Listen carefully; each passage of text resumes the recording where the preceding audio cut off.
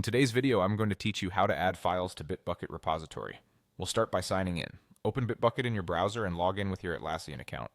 If your workspace uses Google Single Sign-On, click the Google option and select your account to continue.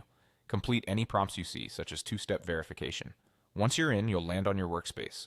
From the left sidebar, open Repositories. This page lists all repositories you can access. Find the one you want to update and open it. If you work with multiple projects, it helps to use the search bar or sort by recent activity. Inside the repository, make sure you're on the correct branch, typically main, since that's where we'll add the file in this walkthrough.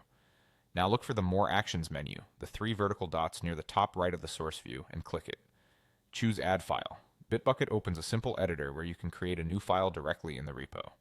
First, enter the file name. Include the correct extension like .md, .yml, or .js, and if needed, a folder path such as docs/readme.md to place it in a subdirectory. Naming it properly now helps others discover and maintain it later. You can also add or paste file content here.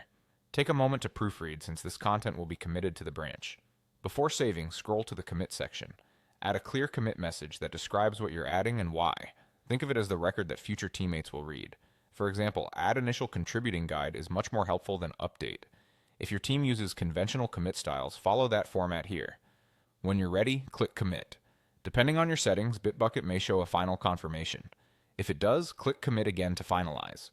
Bitbucket will create the file and write the commit to the branch you selected. After the commit completes, you'll be returned to the repository view with your new file listed in the directory. Open it to verify the content and confirm that the commit message appears in the history. That's it, your file is now part of the repository.